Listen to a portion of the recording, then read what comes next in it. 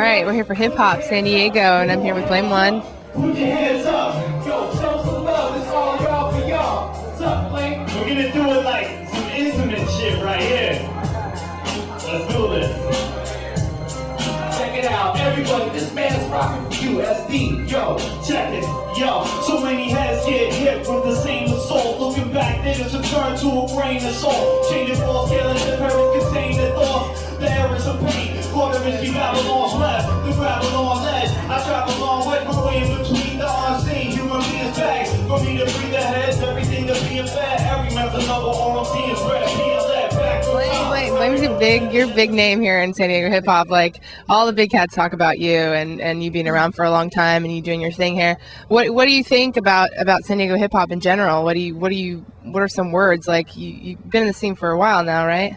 Yeah. What are some major differences you feel like maybe over the years? I think we still have a long way to go, obviously, but I think it's more just about, it seems that up to this point we've been more like on the coattail of like LA and just trying to emulate what they've done and make that happen for our scene, but that's never going to happen because there already is in LA. So we need to just basically form our own sound and let people know, create labels out here and let the artists, perform at these type of venues, because a lot of kids don't even get the opportunity to even get a chance to perform. So I think it's up to the promoters, it's up to the DJs, everybody to work together, So some people say that underground hip hop in San Diego was like the scene was bigger like a few years ago.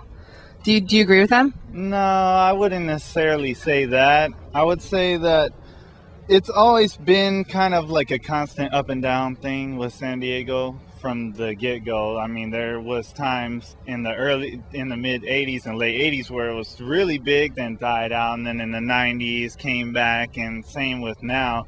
I think it's starting to come back more, but it's just a matter of more venues accepting it. A lot of venues don't even want to deal with hip-hop acts, and so it's kind of difficult.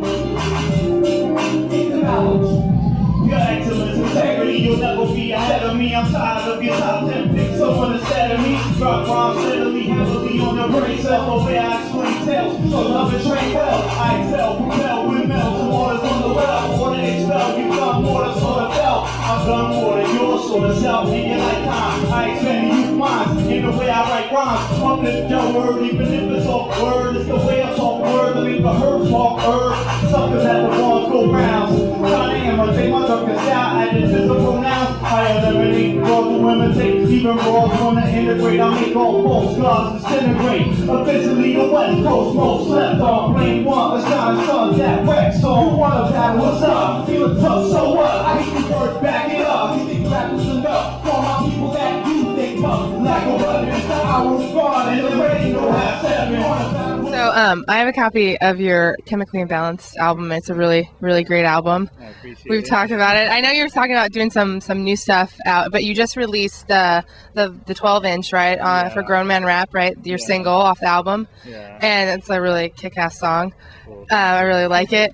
But I want to talk a little bit about like the writing, as far as maybe you can talk. Could you reflect a little bit about Grown Man Rap and like what the words are about? And like I know you talk about your brother and that kind of thing. So. It's just basically like Grown Man Rap is pretty much straightforward. It's just I've been doing it for such a long time, and this is my perspective of like this is kind of who I do it for. Like I do it obviously for the young kids to kind of school them on our perspective, but then also for the people my own age just to say, yeah, I can relate to this person because he's spitting the Grown Man Rap, stuff I listen to. So that's pretty much it. Like it's funny that you mentioned the song about my brother, because I've gotten like a lot of emails about this song. Oh wait, yeah, the other one. I'm sorry, I really like that one. What is it called again? It's Religion's Like a Prison. Yeah, I love that song. And the funny thing about that song is it's actually a song about God.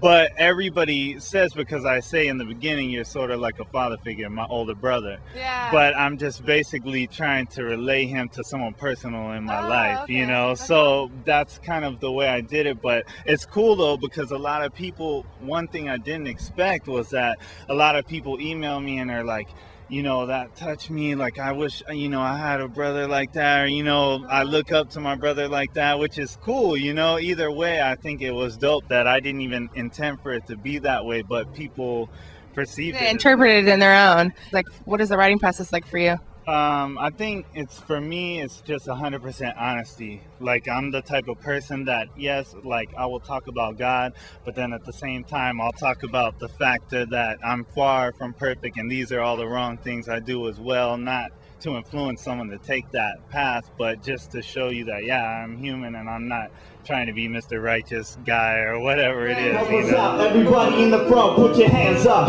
put your hands up, put your hands up, put your hands up. All my folks in the front, throw your hands up, word up.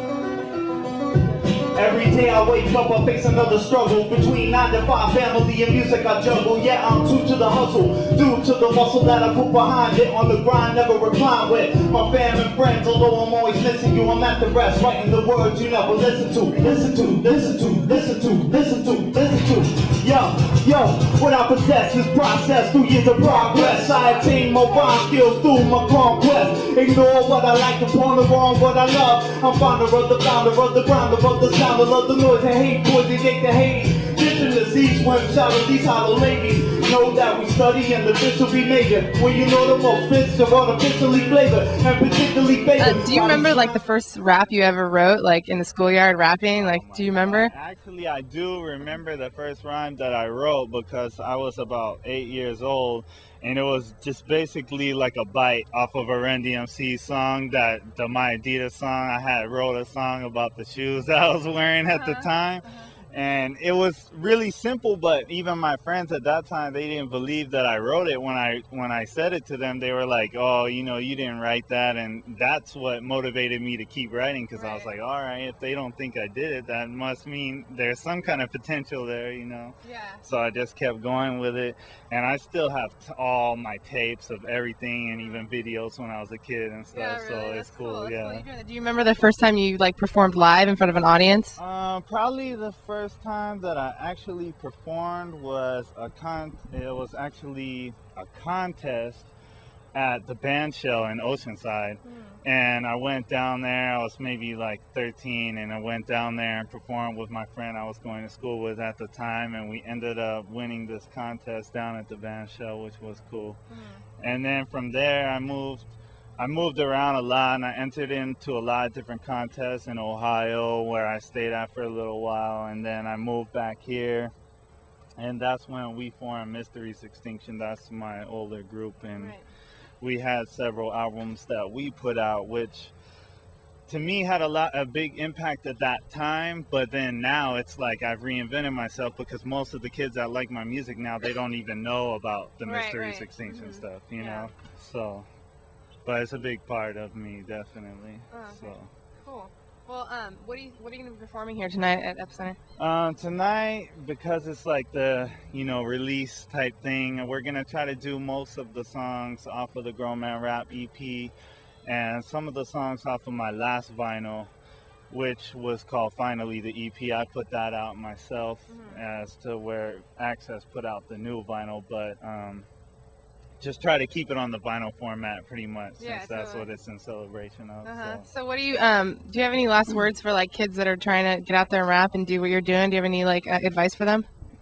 Pay dues, man, because I have tons of people that always send me emails about, you know, I want to charge you this amount of money for beats and things like that. And if you're not known, you have to pay your dues. It's mandatory. You're not going to get $500 from anybody for making a beat when nobody knows who you are, you know? It's like I used to give away my CDs for free all the time, you know, and you just have to pay dues. That's all there is to it. And once you've paid your dues, people are going to respect you 100 times even over. So. But keep doing your thing. We need you, definitely. Like, I'm near retirement practically. So. You're not that old. All right, cool. I appreciate you taking the time to talk with us. Oh, no problem. I appreciate it. Blame one, everybody. Hip hop. Peace.